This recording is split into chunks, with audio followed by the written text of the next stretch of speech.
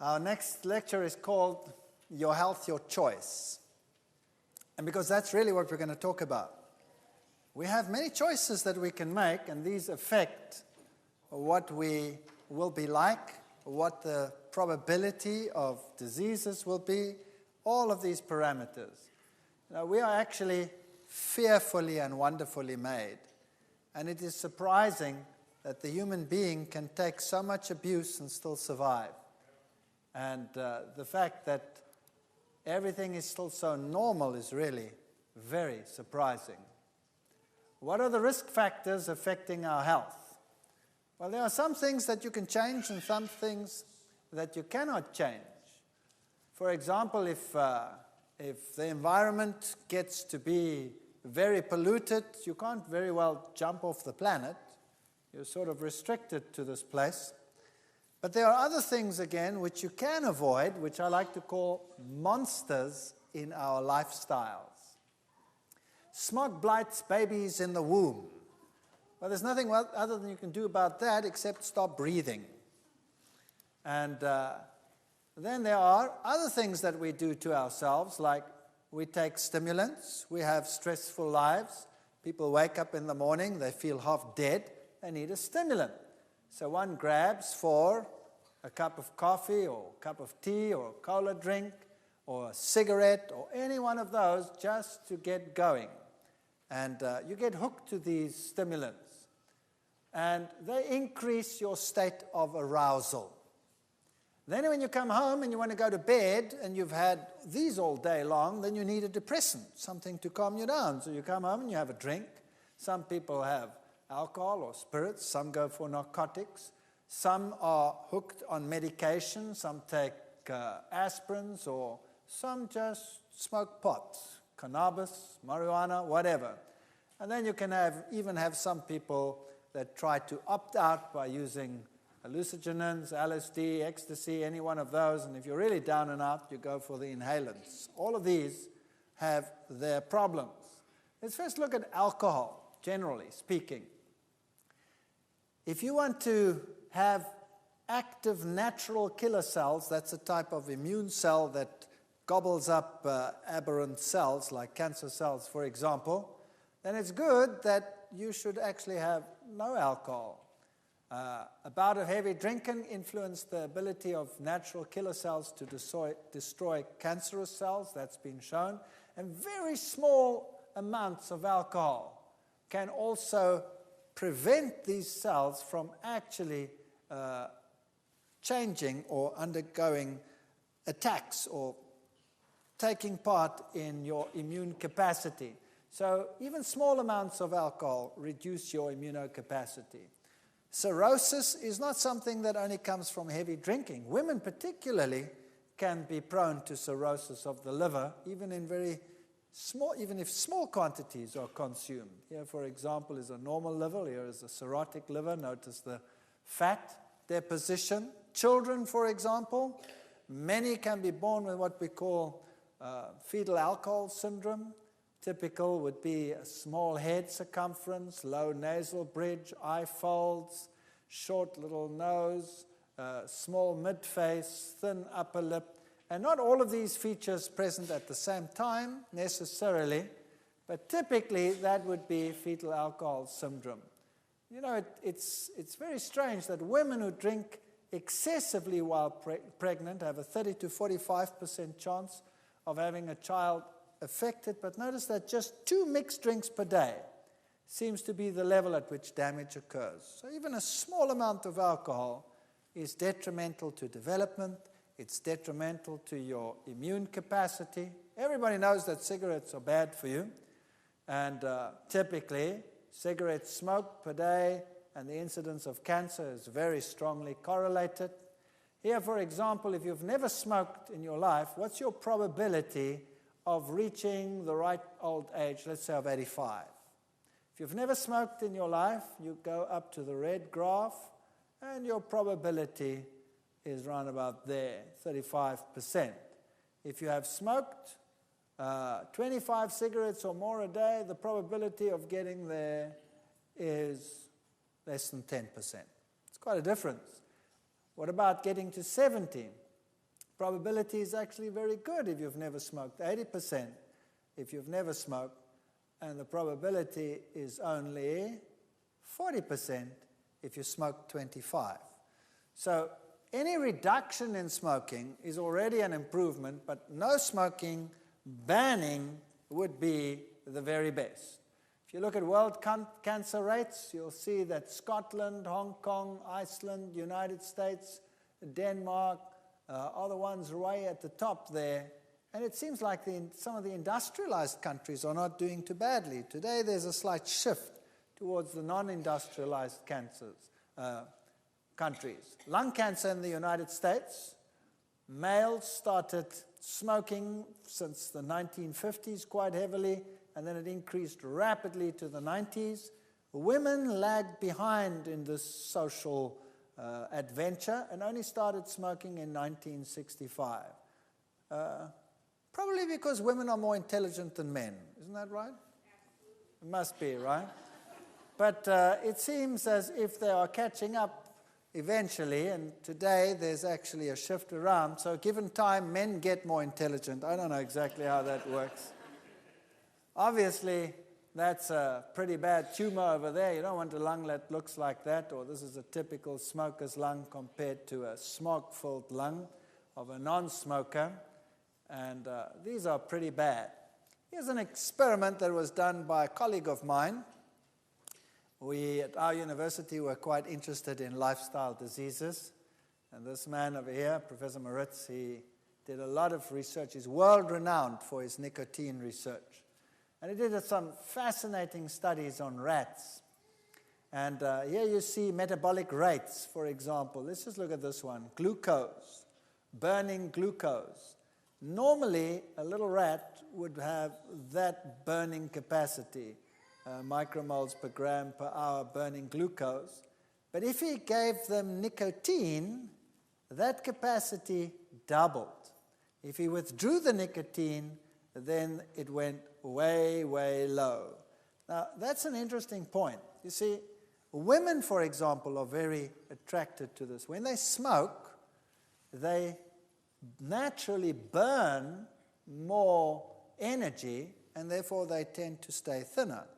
When they give up smoking, that capacity drops to less than half, and they tend to get fat. That's why women don't like to give up smoking, because they get fat. Whereas normally that would be your level, somewhere between the two. So if you give it up long enough, your metabolism would increase again. So the only thing you can do then is remain active and fit to prevent this from happening. But here's something very interesting that he found. If he took a pregnant rat and he gave the mother nicotine, that's the equivalent of simulating a mother that smokes during pregnancy. And then the pups were born, and he keeps on feeding her with the nicotine, simulating someone smoking, 1 milligram per kilogram body mass, and gives it up to day 21. That means the little ones are still getting the nicotine in the mother's milk. Then this is what happens to the baby's lungs. This one over here is one that receives nicotine, this purple one, and this is one that doesn't. These are the babies. So the babies never actually directly get nicotine. They just get it indirectly from the mother. And you will see that when they are born, the lungs are pretty much the same, but as they develop the lungs, so the alveoli volume gets large compared to one where the mother did not get any nicotine. The alveoli volume actually gets small. Now that's important. So the babies from a mother that smokes, in brackets, would have large air sacs. And the babies from a mother that does not smoke would have small air sacs. Not only that, if we look at the number of alveoli, we have the same thing.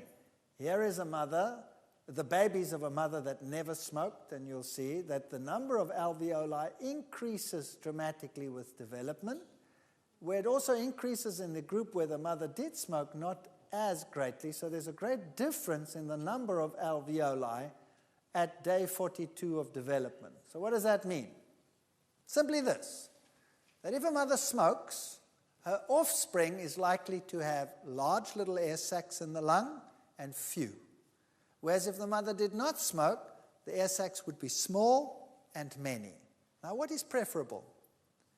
A small one has a large surface area for the exchange of oxygen relative to volume. So if you have lots of small ones, that's the way you would want it to be. And here is the nicotine alveoli of a little baby that did not smoke. Notice the large alveoli and the little holes in it. It actually tears and the lung actually bleeds internally. This is the baby that never ever smoked. It just inherited it from the mother. And here's one where the mother did not smoke, and you'll see nice tiny little alveoli. That's just a size measure over there. Smooth, no holes in it, absolutely perfect under the electron microscope. So very nice lung development. And then he did something interesting. He took the whole lung and he put it in an acid and he dissolved all the tissue away until only the elastic tissue was left. And here was the lung of a control rat. In other words, once all the tissue had dissolved, that's what left. That's the elastic tissue. It looks like a sponge. If you took the same age one from a mother that had, in inverted commas, smoked, that's what it looked like. Wow. So basically, that is a lung of someone who has emphysema. That lung is so useless. The air sacs are large and floppy, and the elasticity of the lung is poor. So some people who have children do this to their kids. I believe my wife is one of them. She has the worst lungs under the sun. You go to that test where you blow to see what the force of your lung is and your capacity. She blows it that far. Her mother was a heavy smoker while she was pregnant, and my wife just inherited these pathetic lungs. Me, I blow that thing into the middle of next week. My mother never smoked, even though I smoked when I was stupid and young. It makes a big difference. Your choice, you see, does not only affect you, it can affect your offspring. And secondhand smoke is just as bad.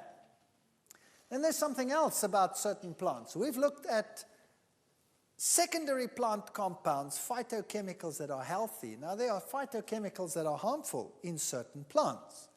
And these harmful secondary compounds can cause various diseases. Now, why do plants have them? They say these plant compounds are for toxic defense. They are digestibility reducing defense, and some of them are positive, like anticarcinogens. Bad ones are called alkaloids. Some are pyrethrins. You can use them as insecticides, for example, rotinoids, cyanogenic glycosides, tannin, for example, phenolic resins, caffeols, caffeine, theophylline substances that you find in tea, for example, theobromine, a substance that you find in cocoa, nicotine, a substance that you find in tobacco plants, for example. Those are negative compounds that you want to avoid. Now, different plants have different compounds. All plants vary in the substances within them. And so the whole animal kingdom is spread over the plant kingdom. So certain animals will eat certain foods and no other foods. So, for example, the tobacco hornworm is a worm that feeds on tobacco plants. And it has an enzyme which neutralizes nicotine. So that worm can eat that plant from morning till night, and the nicotine is neutralized and excreted as though it weren't even there. But it's also attracted to the nicotine. It's its target, and it goes and it eats it.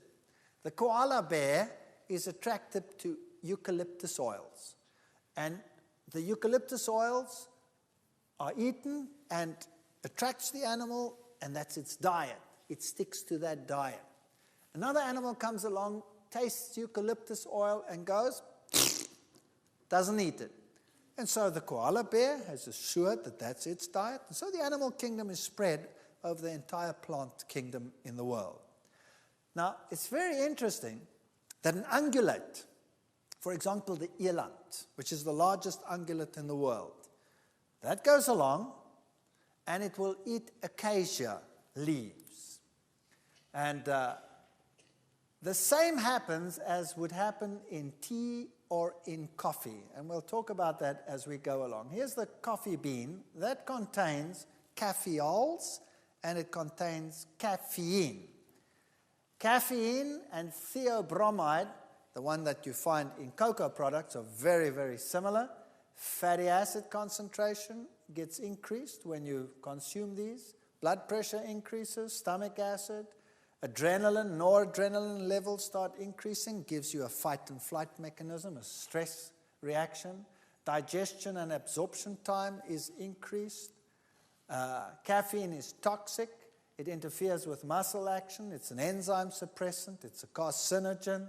500 grams of tea contains enough caffeine to kill 1,000 mice. That's just one packet of tea. And it's mutagenic. For example, tetragenicity, more than the normal number of fingers, hair lip, and cleft palate.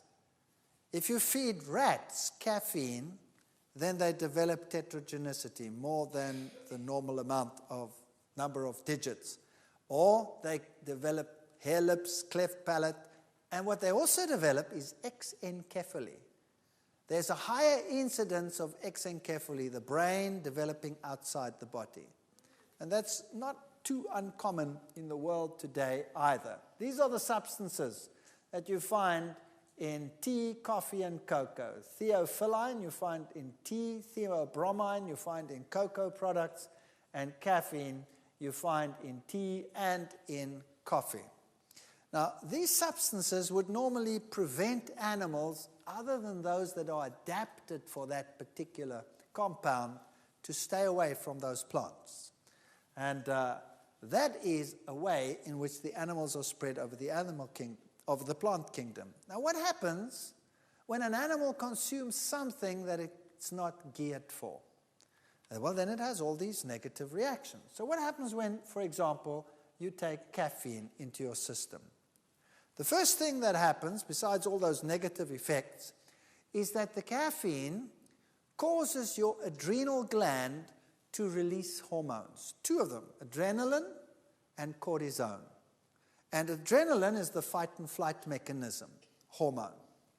So you are geared to defend yourselves or to run like blazes. One of those two, right? The cortisone, on the other hand, is there to prevent inflammation in case of damage. And it is also there to make sure you have enough energy to do the fighting and the running. So what happens is the cortisone affects the liver, and the liver releases huge amounts of glycogen into the bloodstream. And that's the same as taking a huge glass of sugar water. So you have all this sugar suddenly coming into the bloodstream, ready for the action, the stress reaction that you're going to take part in now. But why do people drink coffee? To go for a heavy run or to beat someone up? Yes or no? No, just to wake up. And where do they sit while they're doing it? At their desk at a computer. So what happens? All of a sudden you drink your coffee and you get a glucose surge. That means you wake up. And in actual fact, you're getting ready to run or defend yourself or beat someone up. But you don't. You just continue with a computer. So now what's your body going to do?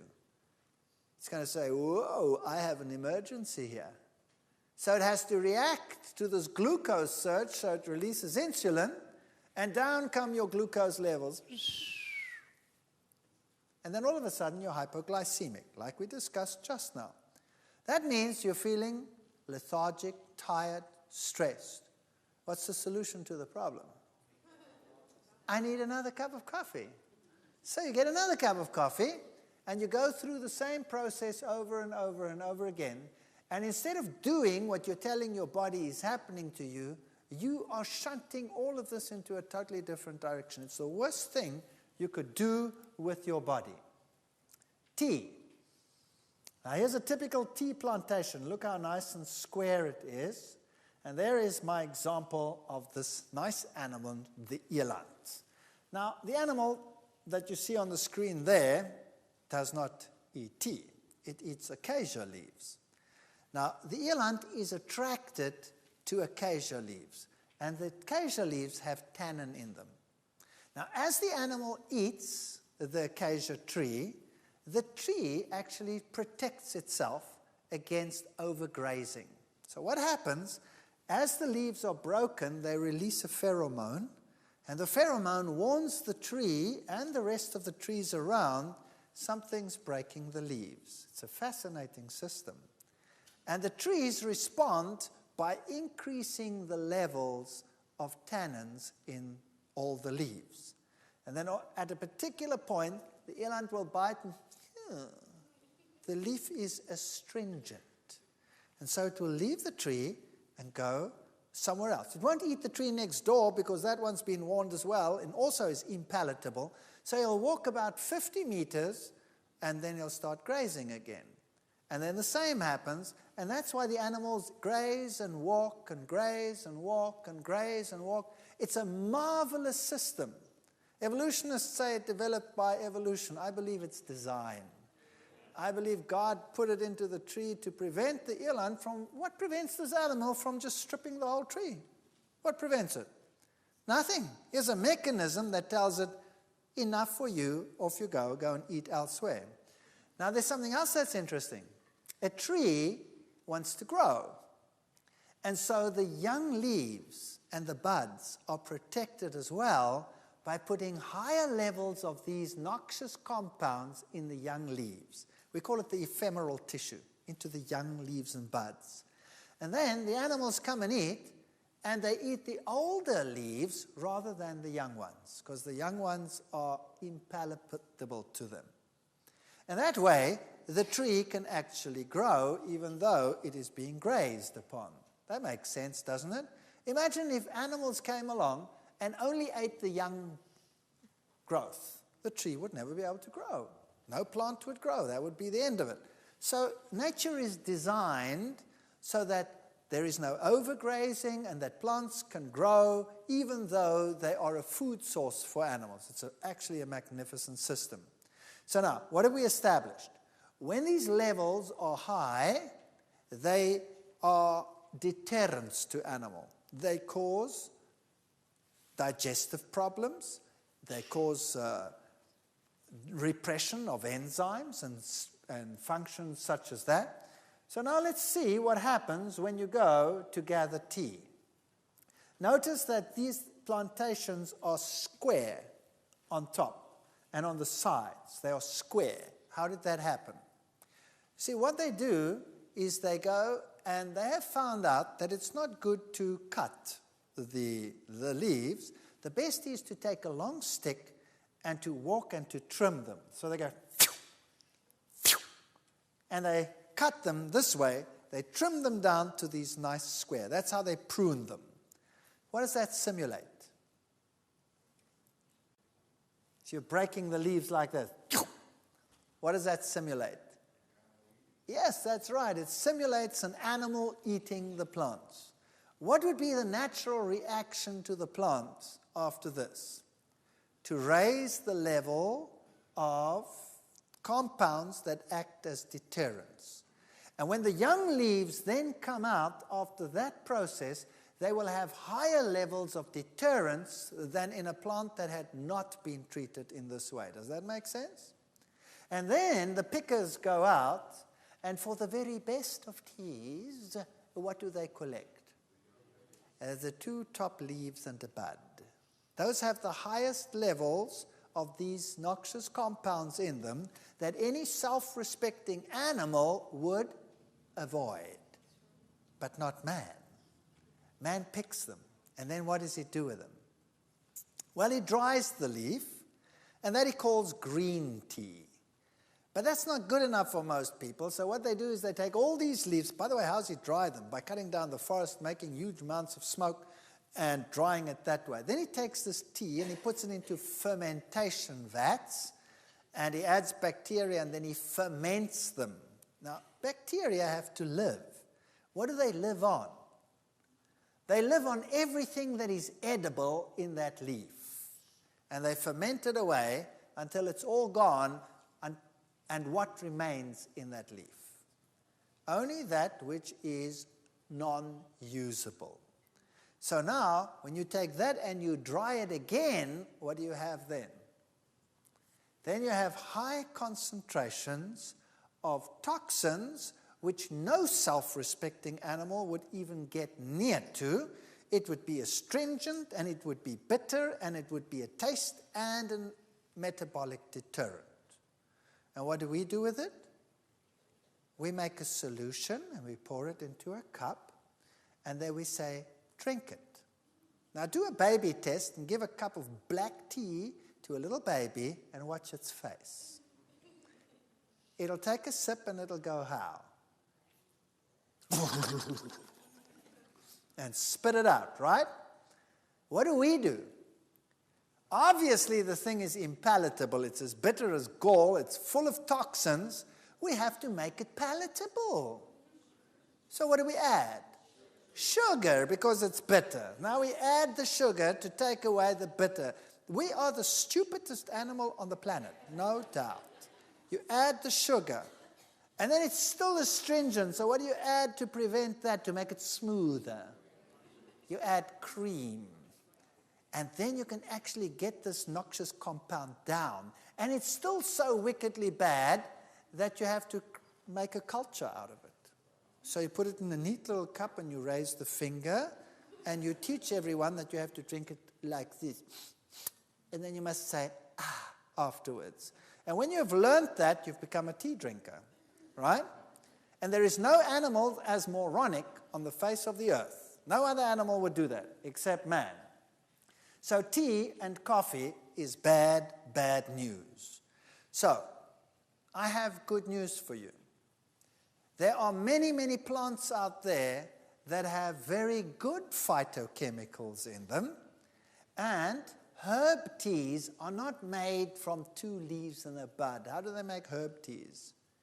They take the whole plant and they use the whole plant for herb teas. So that is the best way to go about it. And then I have another piece of good news for you. There are some herb teas on the market which taste just as bad as black tea. So you don't even have to give up anything. You just switch to a horrible herb tea, and then your problem is solved. And you add whatever you wanted to make it palatable. But the good news is there are herb teas that are actually palatable. So do yourselves a favor and a flavor. Switch to herb teas and cut out the ones with the alkaloids. Sources of caffeine, for example, ground beans will give you 66 to 80 milligrams in a 2-cup drink. Filter drip will give you 110 to 180. So those are your typical coffees. Decaf will give you very little, but decaf contains the extractant, which is equally harmful because these are normally organic compounds with which they dissolve the caffeine out. So you're losing the caffeine, but you're gaining the extractant. Teas, as you see, are also quite rich in caffeines, and then your cola drinks also have caffeine. So Coke has a double whammy, 12 teaspoons of sugar, plus it has caffeine. It gives you a double whammy. So Coke actually should never be consumed by any human being. In fact, that company, well, what's the name of the product? Coke. Why? Because it's the extract of what? Cocaine plants. And these days they have to extract the drug, but it makes it addictive, or it used to in the past probably, and now they just add caffeine to solve that problem, because that'll make it also addictive, because they'll make you constantly hypoglycemic and on you go, and it makes it addictive. Chocolate products are bad, bad news. Look at all the products and the theobromines you get out of those. Cold remedies, weight control things, diuretics, they put these compounds into everything. For example, a simple slab of Cadbury milk chocolate, 1 ounce, will contain 44 milligrams of theobromine. Chocolate syrup, 2 teaspoons, 89 milligrams. Chocolate flavor, mixed milk, 120 milligrams. We give it to our kids all the time. I don't understand why we do that. These days you can buy soy milks that have got chocolate and cocoa products in them. Well, why don't they make one with carob? Why do they have to make it with caffeine and theobromine products? I wouldn't drink it. I'd just watch people drink it. Now, that's one thing we can avoid. Remember, this lecture is called Your Health, Your Choice. It is your choice whether you want to drink cocoa products, whether you want to drink teas and coffees, when you could drink herb teas, and you could replace your cocoa products with carob products and retrain your palate, and you don't really have to give up anything, you just switch to something better. And there's something else that we do. Fats and cardiovascular diseases. The type of fats we consume are very important in terms of how we live and how we die. For example, amongst men, the big killer is heart disease. And about 27% of men will die eventually of heart disease. In women, the situation is better, or so they might think. Only 18% of women are less likely to die from a heart disease. But here's the problem. Here's a New Scientist article. Surprise, the truth about women's hearts. If a woman gets a heart attack, she is 72% more likely to die from it than a man. 72% more likely to die from it than a man. Why? Well, the reason is that a woman has these estrogen hormones. And estrogen is what's going to cause the problem. When a woman gets a heart attack, then the heart goes into fibrillation, but not only the heart. The big vessels coming out of the heart, the vessels themselves go into fibrillation. And that's what will give them a far greater risk of dying. A man not having those estrogen levels, the heart goes into fibrillation. If they can shock it back into reality, that's so fine. But at least the vessels don't fibrillate. And if your vessels fibrillate, well, then the blood doesn't go through that either. You cut off the oxygen to the brain, and then you die. So a woman is more likely to die from a heart attack than a man. If you take a typical statistics in the States, for example, then you'll see almost a quarter of the population, I mean, that's horrendous, have some form of cardiovascular disease, like high blood pressure, 50 million, coronary heart disease, 12 million, myocardial infarct, 7 million, angina, 6.2 million, stroke, 4.4 million, rheumatic fever and heart disease, 1.8 million. That's the American Heart Association. That's pretty horrendous. And cholesterol levels are very, very high. 98.1 million American adults have high cholesterol levels. Even young kids, 19 years old, have cholesterol levels of 165 milligrams per deciliter. There's only one nation that keeps up with them, and that's Finland. No other nation. And that's the reason why. That's the diet. That's a very high cholesterol-forming diet. Dairy products are very cholesterogenic. Eggs, meat products, those are the ones. Seafoods are relatively high too. And roe, for example, 300. Salmon is pretty high. Shrimp, all of these products, especially down here in your state, very high cholesterol diets that we see over there. Dairy, one of the very high cholesterol foods. We'll deal with that later. Whereas high-fat foods in the plant kingdom, like avocados, coconuts, they are not cholesterogenic. There is a notion that they will cause high cholesterol, but they don't. They don't cause high cholesterol at all, because the protein associated with it is plant protein. It actually lowers cholesterol. And the avocado, the oil in it is a monounsaturated oil, and it lowers your cholesterol level. So no high cholesterol from those products. Here is a typical way in which clotting and plaque formation forms. This is what you want. You want a nice, squeaky clean blood vessel without any of these compounds. People today say that cholesterol is not really the problem. In actual fact, they're right. Cholesterol is not the problem per se. It's the way in which the cholesterol is distributed that's the problem. Here's the Framingham heart study, which clearly shows that the more cholesterol, the higher the risk of cardiovascular disease. So yes, the risk is higher, but how the cholesterol is distributed plays a very, very important role. If you have cholesterol clogging your arteries, then the arteries' lumen becomes smaller, and then you have a greater risk of a disease. Typical plaque formation. Notice how small the lumen has become. This is a person who has died of a heart attack, and you can see the clogging of the arteries over there. So a plaque is this mass of fat and cholesterol. Arteriosclerosis is hardening of the artery. Often calcium deposits come in there because you have such high acid diets that the calcium even deposits in the blood vessels. Then you can get clots, and they can start floating around and cause strokes and heart attacks and all kinds of problems like that. And by the way, if you're an African American, then you have twice the probability of getting these diseases than if you are a European white stock.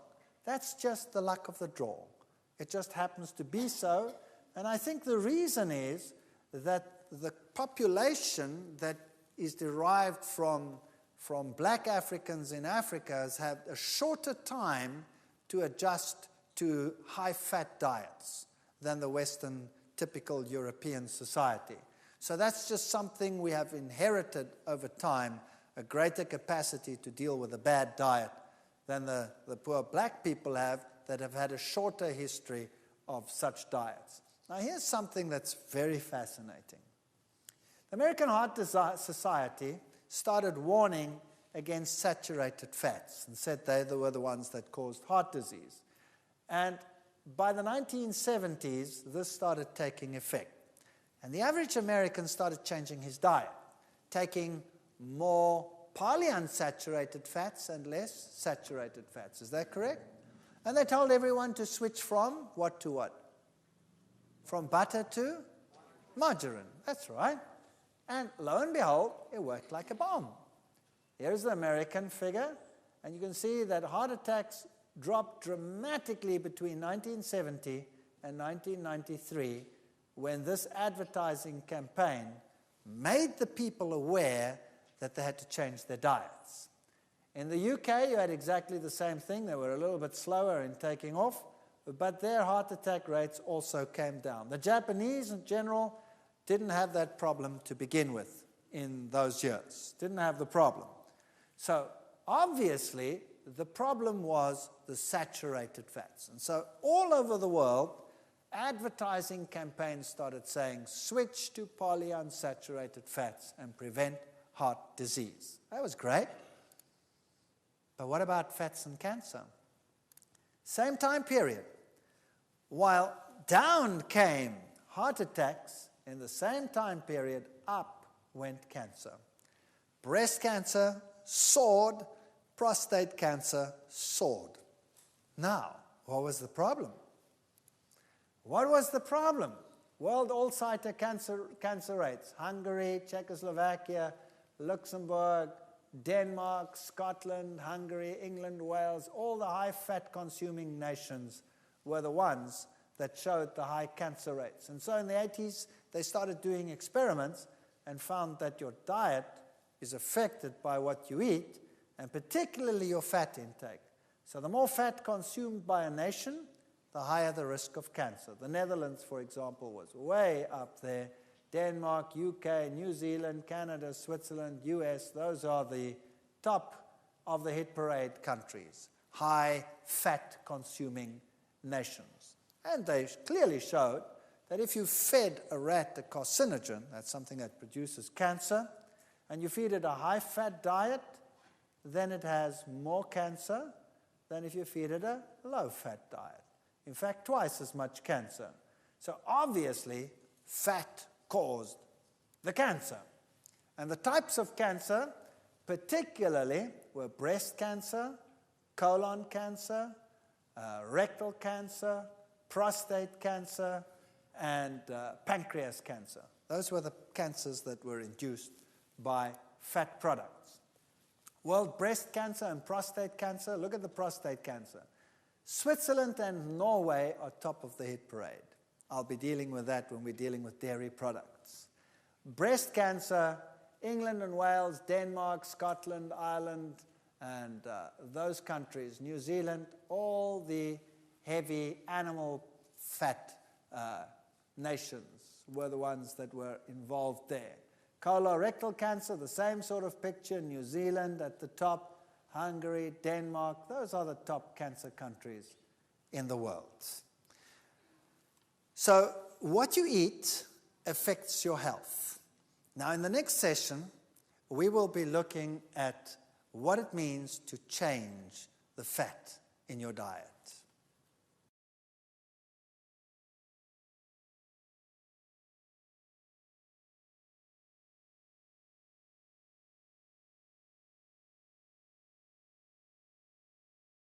All right, we've been looking at fat in the diet. And fat in the diet, we saw in our previous session, is directly correlated with disease, either cardiovascular disease or cancer.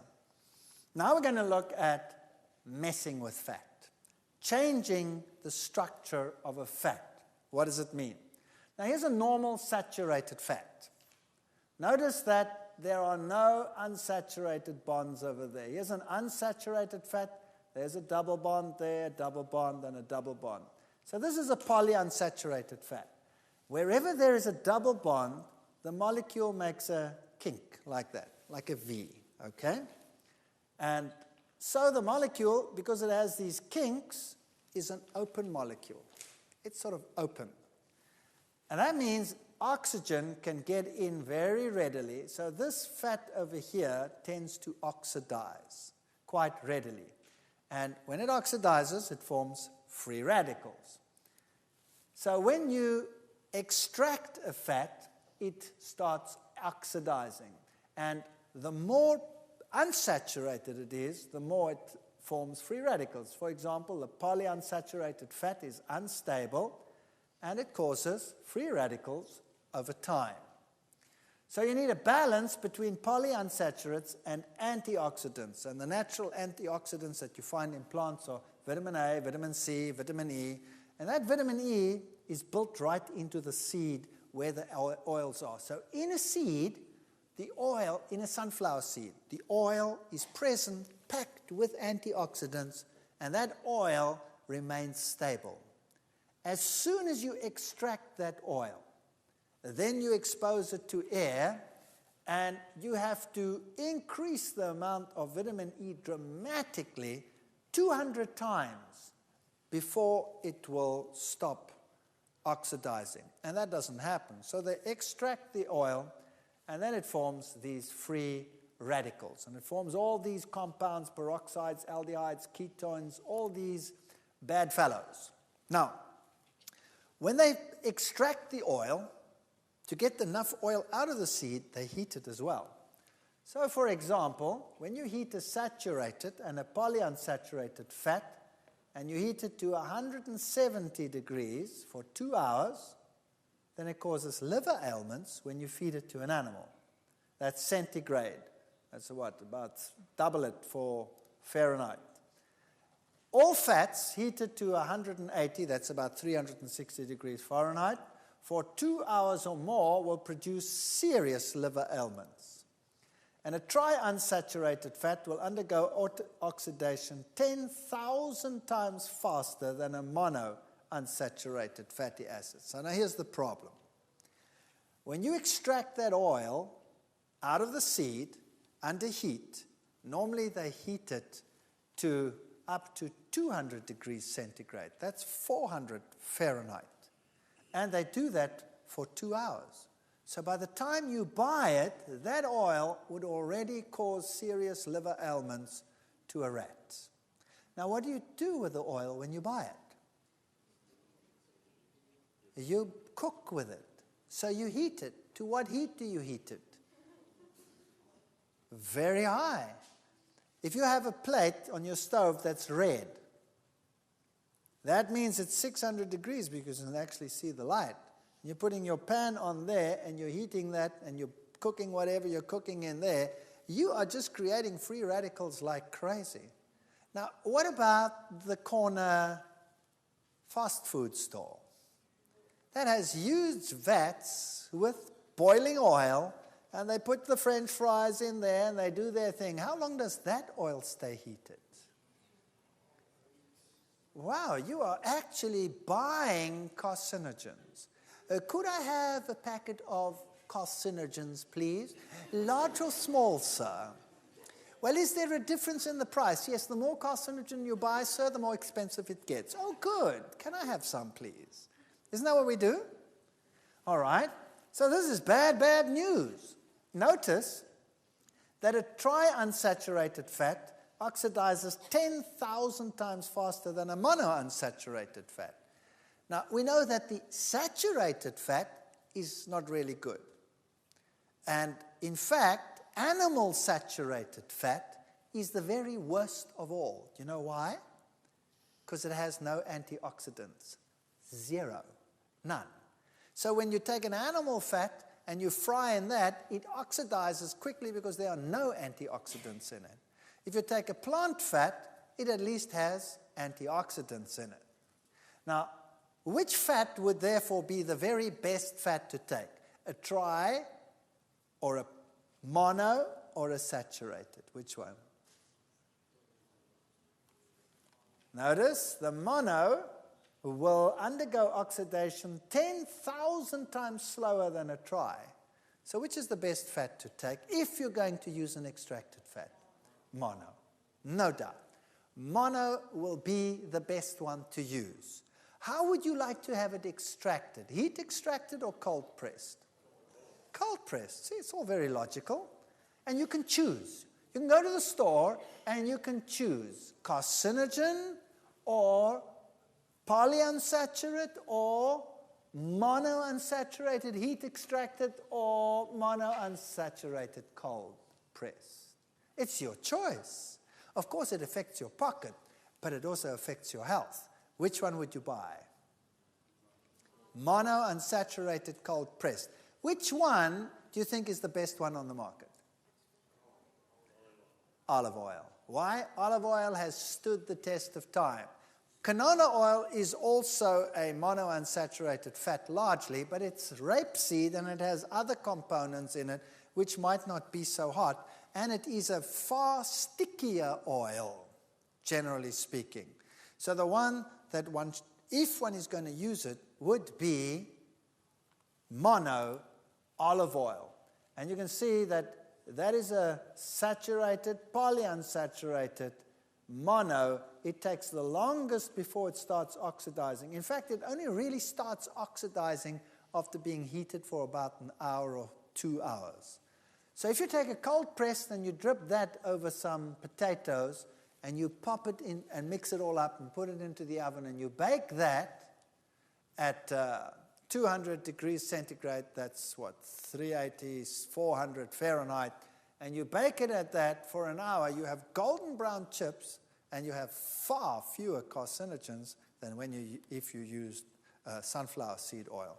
So make your fries like that. You don't have to give them up. Don't eat them as often, but when you make them like that.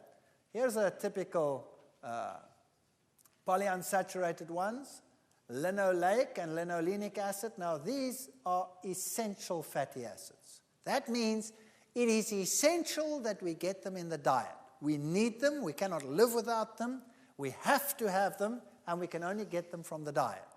Now, what's the best way to get them? Extracted or in whole food? Absolutely. That's the best way to get them. Hydrogenated margarines and oils are another problem that we're facing today. U.S. News report, it is a violation of the law to make any claim that polyunsaturates can prevent or treat heart disease. Very interesting. What's happening here? Oil in margarines will be soya, maize, sunflower, olive, coconut, palm oil. there will be emulsifiers, preservatives, colorings, flavorings. Then you go through a process of removing the gums, natural neutralization with caustic soda, bleaching, filterizing, and then a process called hydrogenation. Heat and a catalyst and hydrogen. It's filtered, neutralized, bleached, deodorized, etc., and then they make the margarine. All right. Now, oil is a liquid. Plant oils are liquids, and polyunsaturates are liquids more than saturates. So now, normally, all oils naturally are in a form that we call the cis form, which means if you have your double bond, the two sides of the chemical arms are on the same side of the double bond. Now, when you change this fat and you hydrogenate it, you switch the one arm round. So then you have what we call a transform. Now, they are on opposite sides. I always explain it to my students. It's like giving someone a hug. If the two arms are on the same side, you can give him a hug. But it's very hard to give someone a hug when you look like this. It's very hard. So this form is the only form that our body recognizes. We have enzymes for this form, but we don't have enzymes for that form. Now, why do they change the form from this form to that form? The answer is this. That form is a liquid. The cis form is a liquid, and the trans form happens to be a solid. And they know that you do not want to pour your margarine over your bread. You want to smear your margarine over your bread. Does that make sense? And there's one other thing. When it is in this form, in the trans form, the bacteria don't have the enzymes to recognize it either. Which is good for the industry. That means that fat will not go rancid. But you know what? The younger generation doesn't know what rancid is. They don't know. This has gone rancid. When last have you heard that? It doesn't exist anymore. Why not? It doesn't go rancid. Why doesn't it go rancid? Because the bacteria don't want it anymore. Why don't they want it anymore? Because they can't digest it anymore. Good news, they have the same enzymes to digest it that you have. That means you can't digest it either anymore. So what is a margarine, really, if it's full of trans fats? It's a foreign substance. I call it shoe polish. You see? He already answered. I call it shoe polish. It's good for shoes, but for human consumption, no. So now you have a fat in you that you do not recognize. What do you do with it? What are you going to do with it? You're going to store it where you won't ever use it. Don't you store the things you don't use in the upper cupboards, right? So you will store it under the skin, as far away from the heat source in the body as possible. And then it starts getting into the connective tissue and it makes bumps. And you look at it and you say, ooh, I've got cellulites. And you start training like crazy, but you know that stuff just doesn't go away. Have you noticed that? Cellulite just won't go away. The only way to get rid of it is to stop eating this plastic, which is trans fat, and exercise, and eventually it'll go out through the skin because your skin is oily, the cells burst, and the fat gets released that way, and that solves your problem. So trans fats are not a food. They are not fit for human consumption. They were never meant to be a food. They are good for the industry, and I have found out over the years that whatever is good for industry is normally bad for you. Isn't that so? All right. Now, unfortunately, they found out that if they add a certain percentage to normal oil, so that it still stays liquid, the bacteria don't like it as much either. So when you buy oils, sunflower seed oils liquid, read on the label, and it says sometimes partially hydrogenated. Have you read that before on the label?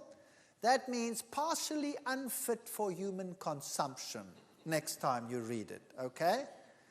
And so don't use it. If you're going to use a margarine, use one that contains no trans fats, only natural oils, and uses something else to make it thick, like cornstarch or something like that they normally use. You can buy margarines like that, but generally speaking, any extracted oil is bad news. Let me explain why. Take a breath. Let's continue. Think about this. If I take a basin of water and I pour oil in it, and then I take hot water, warm water, and then I take a plate and I go dip out. What will my plate be like? Oily. It'll have if you run your finger along it, you'll have a film of oil on it. Isn't that right? Now, if you take free fat and you put it into your stomach, that's hot water, 37 degrees. Now you put food in it, and you dip it in, and each piece of food has a layer of oil on it. That means the enzyme, which is water-soluble in your stomach, can't get through, and it takes longer to digest, and you get fermentation. When it goes through to the rest of your intestine, you add bile salts, and the fat becomes miscible. It's already there, and the fat goes into the blood here in the top part of your intestines already, and it ends up in your blood, and now your blood has fat in it, and all your blood vessels, consider them plates that you're going dip, dip, dip, dip, dip, dip, dip, dip in the fat. And now your blood vessels contain all these, and the exchange of oxygen is slowed down. That means you're getting less oxygen to your brain. That is why if you have a fatty meal, very soon thereafter you go, and you fall asleep. Isn't that right? Whereas if you had no free fat in your diet, it would first have to be digested. It would be released as free fat lower in the intestine. It would be absorbed way low down and not go straight into the normal bloodstream. It would first go into the portal system, first go to the liver. The liver would work with it like a factory, take it out and pass clean blood to your heart, and you would never have that. So if you had a whole food diet, you would stay awake. And you come to your class and your students are all asleep. It's a nightmare. It's a nightmare. So, switch to margarine. Women who eat 4 or more teaspoonfuls of margarine a day have a 66% greater risk of heart disease than women who have margarine less than once a month. Now, why is that? The trans fatty acid levels in the margarine seems to be the problem. So, you don't want trans fats. Trans fats are not a food, and they cause cardiovascular disease, and the polyunsaturates, they cause cancer. Margarine is not a good idea. Not a good idea. So what do you replace it with? There's another lecture coming up on that. Mopping up free radicals, we've already discussed it. So what you want in your diet, because we're going to face these hazards in the world, is you want lots of fruits and vegetables and natural foods such as these in your diet to help you cope with that situation as we discussed it in the previous lecture. All of these will help you mop up those free radicals. And it's very important that you don't just look at them, you actually eat them. Now I want to speak about one real hazard in the world today. I just want to make it quite brief. And that is additives. Here you have another choice. So we've seen your health, your choice. You can choose the oil that you want to buy. You don't have to give it up. You just choose the one that's going to be best for you. You can eat it in the whole form, or you could eat it in the extracted form. There are many, many things that you can do. But you can also look at what they put in the food, the additives. Today, there are about 8,000 additives listed by the World Health Organization. The number is increasing dramatically. Anything from anti-caking agents, anti-foaming agents, dyes, bleachers, bulking agents, emulsifiers, stabilizers, firming agents, flavorants, gelling agents, preservatives. The list is just endless. And there are many food intolerances that people have. You have non-immunological toxic effects, and then you have immediate ones, delayed ones, psychological effects, physiological effects. 10 to 20% of the population is asthmatic. Much of this can be alleviated just by getting rid of the additives, like Sulfate oxidase deficiency leads to asthma. Dairy products is another one we'll be dealing with later. Now, the food additives are used as all of these components for colorants, etc. Some of them are used during processing, like foaming agents, anti-foaming agents, pH control agents, and all of those. And some are used in the final product, like your antioxidants, your colors, your pH control agents, your texturizers to keep things crispy, etc. And these are some of the behavioral reactions. Migraine, hyperkinesis, that's hyperactivity, or super sluggishness, photophobia, depression, irrational behavior, all of these, paranoid ideas, even transient blindness, and then all of these nerve disorders, insomnia, fatigue, nervous tics, all of those can be attributed to food additives. Sweeteners are one of the worst ones to watch. They're used in place of sugar, as you know. Saccharin is a very common one. It's implicated in abnormal cardiac rhythm, causes itching, nausea, swelling, blistering. It's a mutagen. It's listed as a carcinogen and banned in some countries. Some countries don't ban it. I don't think the United States actually bans it. It's one of the countries where you can get it. So saccharin is not one that we should take. But one that is probably most rampant in the world today is aspartame. It is used everywhere. It's used in power drinks. It's used in sport drinks. It's used in sweets.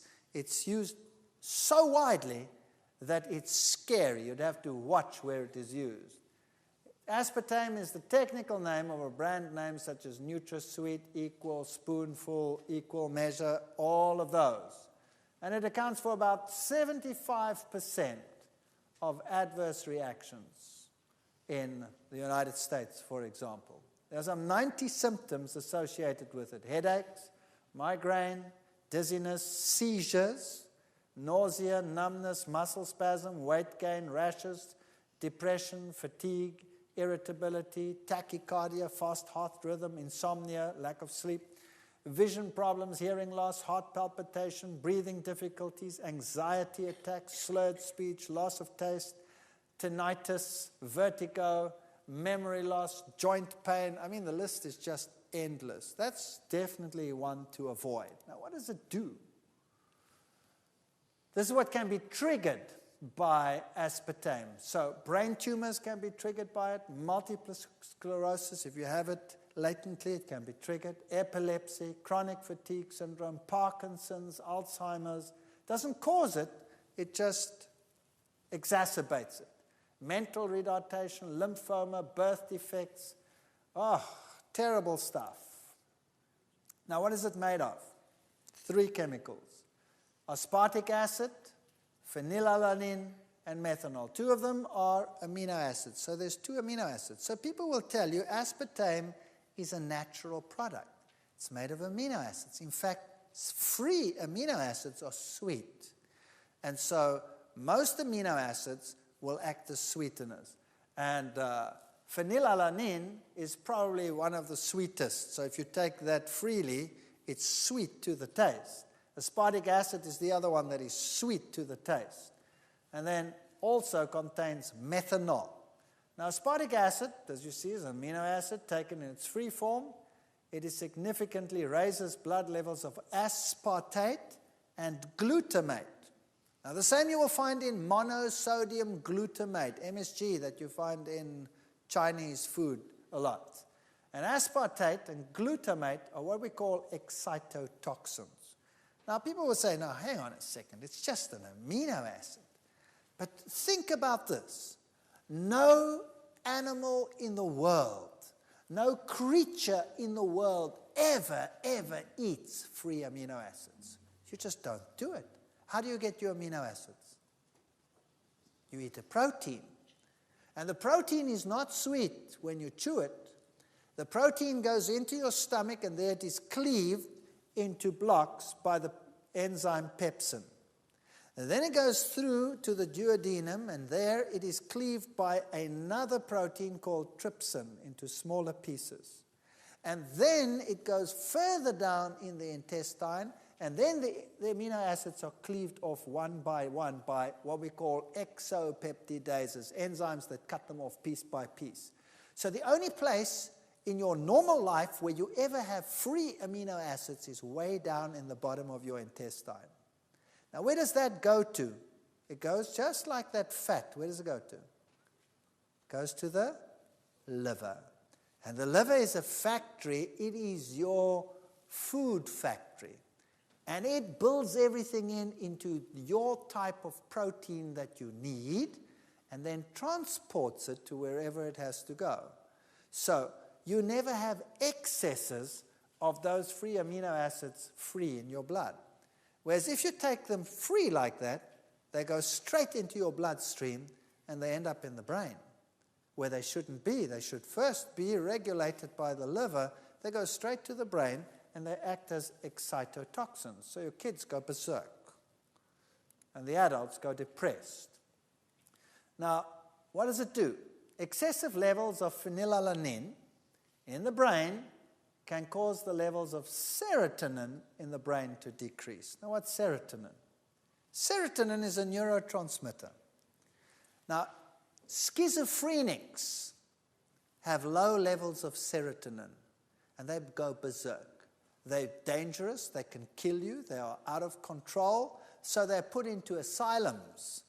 And then a psychiatrist comes along and he gives him medication to what? Raise his serotonin levels, and then he's quite normal. You can talk to him, there's no problem. There's no problem with that person. And as soon as he's off the medication, down goes the serotonin levels, and he becomes aggressive. So now imagine this. We are making our society aggressive by giving them excessive levels of phenylalanine.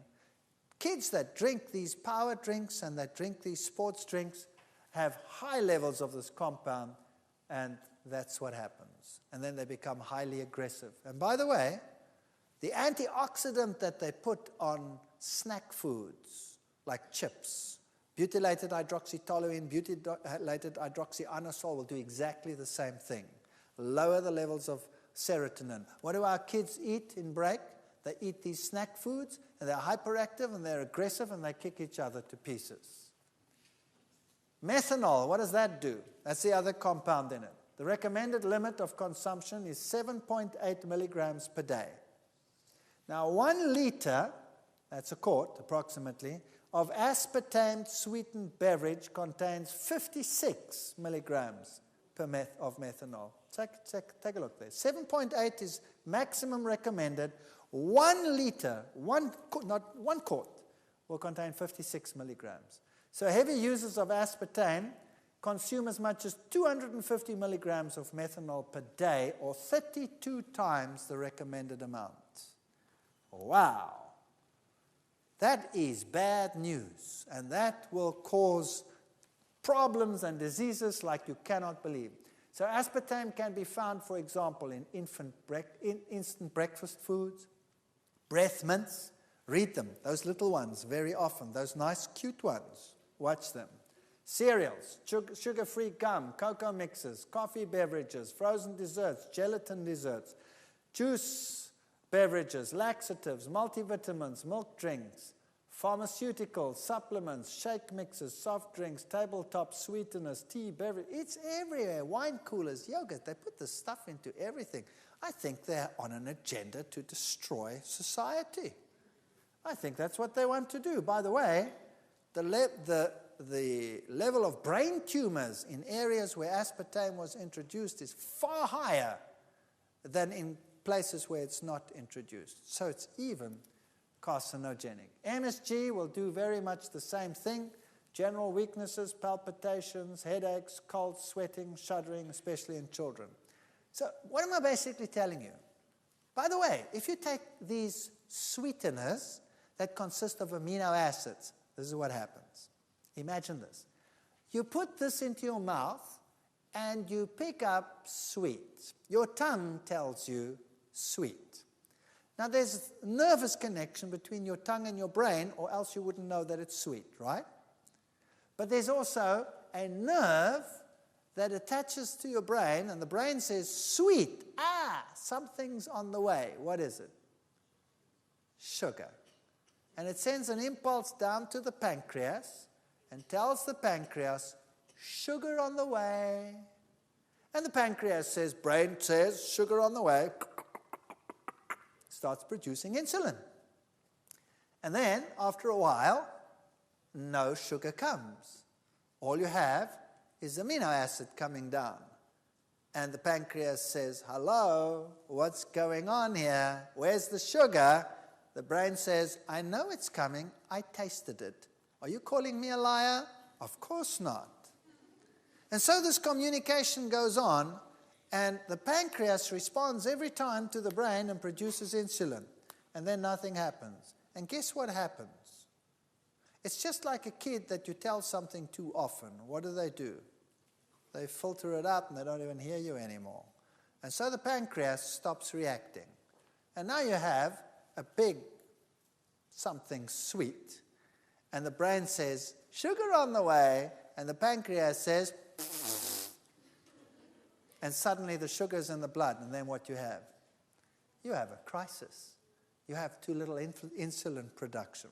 So sweeteners, bad news. If you want to make something sweet, then use dates, for example, or natural products like that. So headaches, sweating, seizures, shuddering fits, all of these. The antioxidants we've already spoken about, butylated hydroxytoluene, butylated hydroxyanisole, those are the ones that they put onto all the snack foods. They also lower the serotonin levels by as much as 40%. That's like a schizophrenic. You're turning your kids into schizophrenics.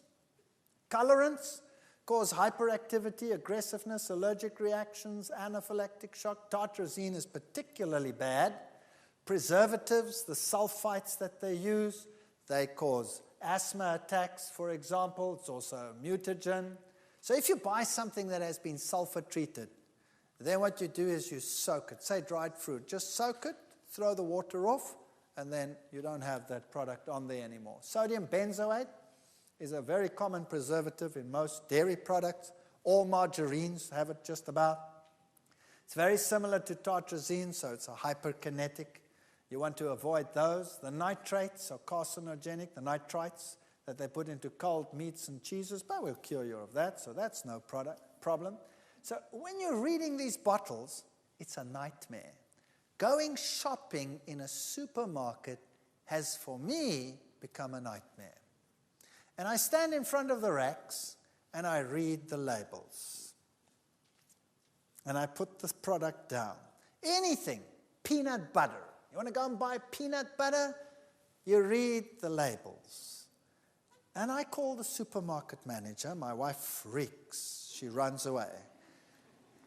And I say, excuse me, sir, I'm looking for peanut butter and I can't seem to find it.